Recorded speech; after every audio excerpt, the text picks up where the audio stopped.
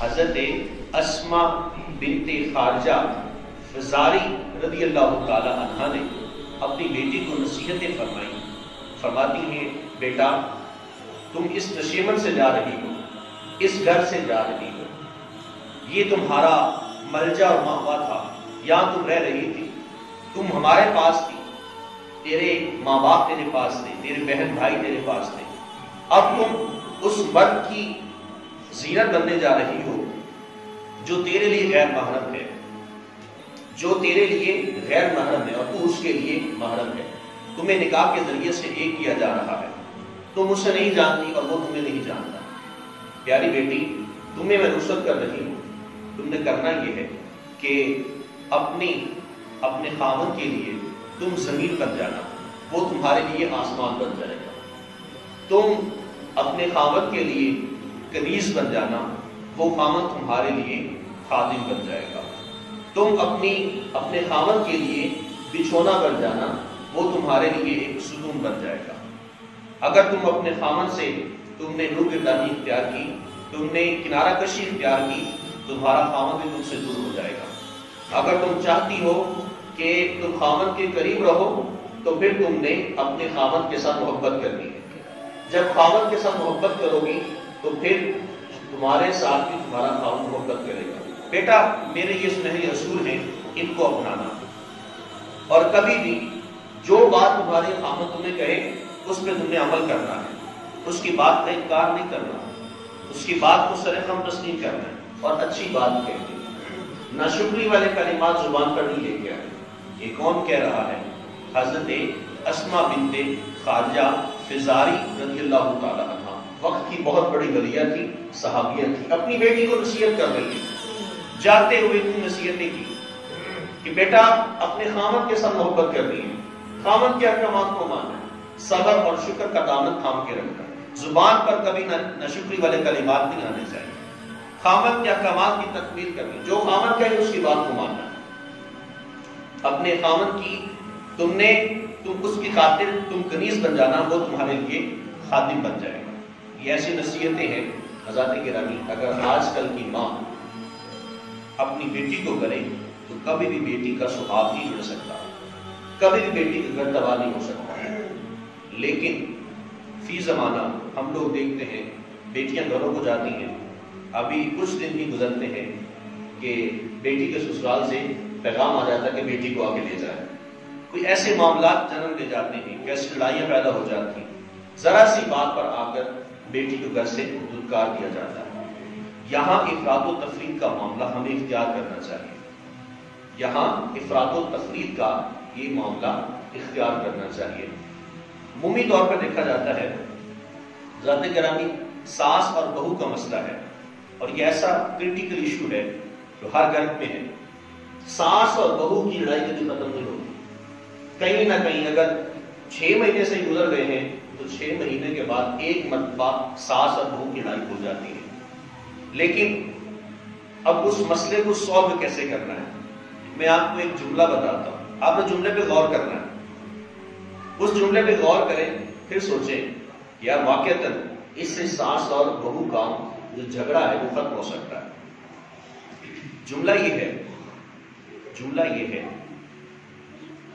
بہو صرف یہ مت سمجھے کہ یہ میری ساس ہے, بلکہ یہ سمجھے کہ یہ میرے خاوند کی جنت ہے.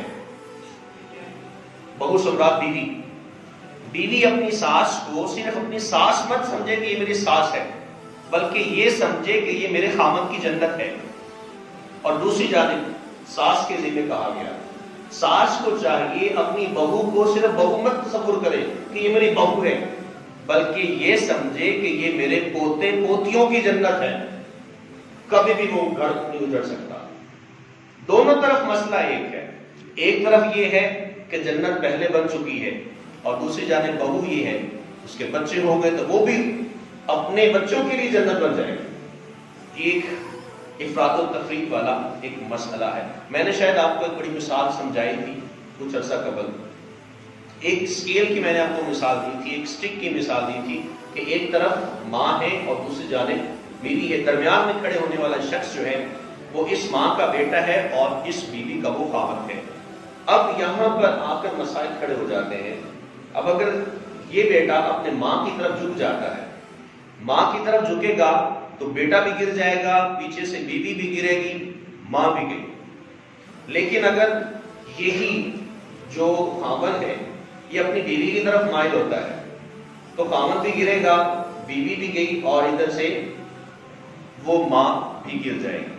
اب ہونا یہاں یہ ہے کہ یہاں سے ماں آہستہ آہستہ چل کے ادھر آئے گی اور ادھر سے بیوی چل کے اپنے خاوند کے پاس آئے گی۔ جب توازن ہو جائے گا، دونوں طرف سے معاملات ہوں گے، تو وہ گھر کبھی تباہ نہیں ہو سکتا۔ لیکن ہمارے گھروں میں ایسا نہیں ہوتا۔ ماں اپنی جگہ پہ رہتی ہے یعنی ساس، اور بہو اپنی جگہ پر وہ کاربن رہتی ہے۔ درمیان میں جو شخص موجود ہوتا ہے جو ایک ذات کے اعتبار سے وہ بیٹا ہے اور دوسرے ذات کے اعتبار سے وہ خاوند ہے، وہ چکی میں پس رہا ہوتا ہے۔ اب یہاں ہونا یہ چاہیے کہ ماں کو چاہیے اپنے بیٹے کو قریب کرے، اور ادھر سے بیوی کو چاہیے کہ اپنے خاوند کو گلے لگائے، خاوند کے قریب ہو، اس کے مسائل کو سمجھنے کی کوشش کرے۔ یہ افراد و تفریق اسے کہتے ہیں، دوسرے لفظوں میں اسے اعتدال کہتے ہیں۔ جب یہ ہمارے گھروں سے اٹھ گیا ہے، پھر ہمارے گھروں میں جھگڑے جنم لیتے ہیں، اور وہی جھگڑے پھر انسان کو طلاق کی نوبت تک لے جاتے ہیں۔ حضور نبی کریم صلی اللہ علیہ وآلہ وسلم، آپ کے بہت بڑے صحابی حضرت سیدنا ابوبکر صدیق رضی اللہ تعالیٰ عنہ، ان کی صاحبزادی حضرت اسماء بنت ابوبکر فرماتی ہیں کہ جب میرا نکاح ہوا حضرت سیدنا زبیر بن العوام رضی اللہ تعالیٰ عنہ سے، فرماتی ہیں میرے خاوند کے پاس نہ تو کوئی زمین تھی، نہ کوئی جائیداد تھی، کچھ بھی نہیں تھا، صرف کیا تھا، ایک گھوڑا اور ایک اونٹ، یہ دو جانور موجود تھے، اور میرے خاوند کے پاس اور کچھ بھی نہیں تھا۔ جب میرا جب نکاح ہوا تھا، میرے ذمہ ڈیوٹی کا لگائی گئی، مجھے میرے خاوند نے یہ کہا کہ تم نے اس گھوڑے کی دیکھ بھال کرنی ہے اور اس اونٹ کی دیکھ بھال کرنی ہے۔ فرماتی ہیں کہ جو گھوڑے کو دانا وغیرہ جو بھی اس کی خوراک ہوتی میں بر وقت ڈالتی، میں اس کو پانی دیتی، اس کو کھانے کے لیے دیتی، اور اونٹ کا جو مسئلہ تھا بڑا مشکل تھا، مجھے طویل سفر کر کے جانا پڑتا تھا کہ کھجور کی گٹلیاں میں نے اکٹھی کرنا ہوتی، اس کا صفوف بنا کر اس کو آ کر پھر میں اپنے ہاتھوں سے پیسا کرتی، پیس کر پھر میں نے اونٹ کو کھلانا، جو کہ انتہائی مشکل کام ہوتا تھا، بڑا لمبا سفر کر کے جانا ہوتا تھا۔ میں ایسا دراز تک یہ عمل کرتی رہی۔ ایک مرتبہ یوں ہوا کہ حضور نبی کریم صلی اللہ علیہ وآلہ وسلم میرے ہاں تشریف لائے، اور آ کر انہوں نے پوچھا، اے اسماء بنت ابوبکر، یہ کیا کرتی ہو بیٹا، اتنا مشکل کام ہے؟ کہا حضور میں اپنے خاوند کی بہت تابعدار ہوں، میں اپنے کبھی خاوند کے ساتھ میں نے کبھی برا نہیں کیا۔ میرا جب نکاح ہوا تو میرے خاوند کے پاس صرف یہی دو جانور تھے، میرے خاوند نے کہا کہ تم نے اس کی دیکھ بھال کرنی ہے۔ حضور میرا اب اتنا عرصہ میری شادی کو ہو چکا ہے، میں نے آج تک اپنی زبان پر شکوے کے کلمات نہیں لے کے آئی، اور کبھی ناشکری میں نے اپنے خاوند کی نہیں کی کہ تیرے پاس ہے کیا، تیرے پاس کیا ہے، کچھ بھی نہیں ہے، لیکن جو میرے خاوند نے کہا میں وہ کام کر رہی ہوں۔ آقا کریم علیہ الصلوۃ والتسلیم آپ نے ارشاد فرمایا، بیٹا تم کامیاب ہو، تمہارے لیے اللہ رب العالمین جل وعلا نے جنت کو تیار کر رکھا ہے، تم جنت کے مستحق ہو، تم اپنے خاوند کی تابعداری پہ خوش ہو، کبھی میری زبان کے اوپر ناشکری کے کلمات نہیں آئے۔ تو اگر آج کل کی عورت بھی اپنے خاوند کی تھوڑی روزی پہ راضی ہو جاتی ہے تو مالک کائنات رب لم یزل اس کے اس عمل پہ بہت راضی ہو جائے گا۔ ناشکری اور بے صبری یہ ایسی دو چیزیں ہیں جو خواتین کے زبانوں پر بہت زیادہ ہوتی ہیں۔ خاوند اگر کرتا رہتا ہے دیتا بھی رہے، ایک وقت میں آ کر اس کو جیب خالی ہو جائے اور اپنی بیوی کو وہ نہ دے سکے تو بیوی کی زبان کے اوپر ناشکری کے کلمات آ جاتے ہیں۔ بیوی کہتی ہے تم نے مجھے دیا ہی کیا ہے۔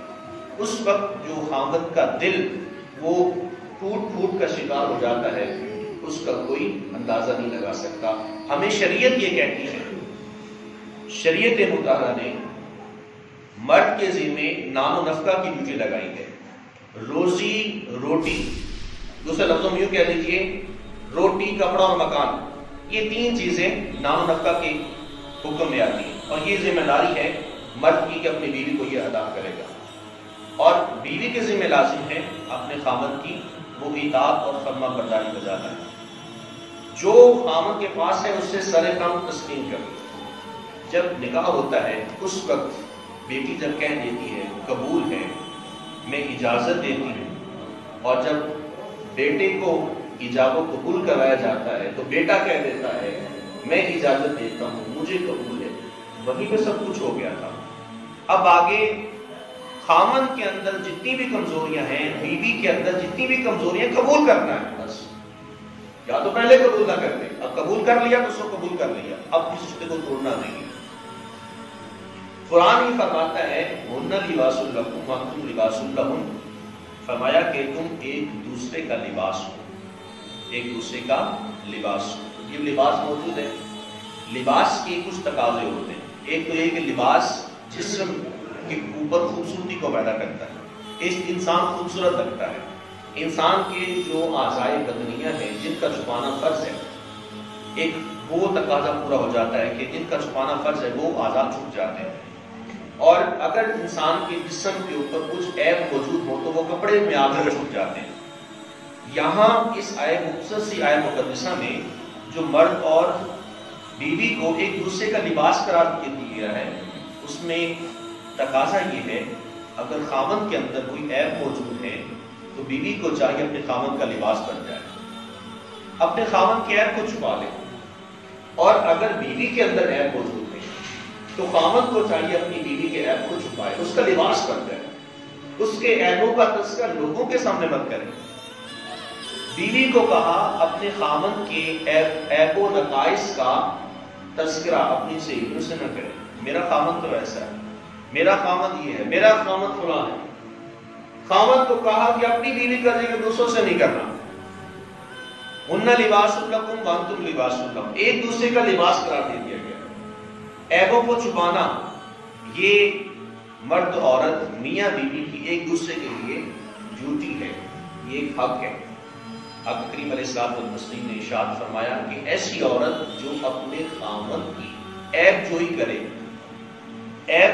اپنے خاوند کی عیب نکالتی ہے، میرا خاوند ایسا ہے، تو فرمایا اس کو چاہیے کہ اپنا ٹھکانہ جہنم میں بنا دے، اس کے لیے جنت نہیں ہے، کہ تم نے اپنے مجازی خدا کے اندر وہ عیوب و نقائص نکال دیے، عیب جوئی کرنا شروع ہو گئی۔ فرمایا کہ اس عورت کو چاہیے کہ وہ اپنا ٹھکانہ جہنم میں بنا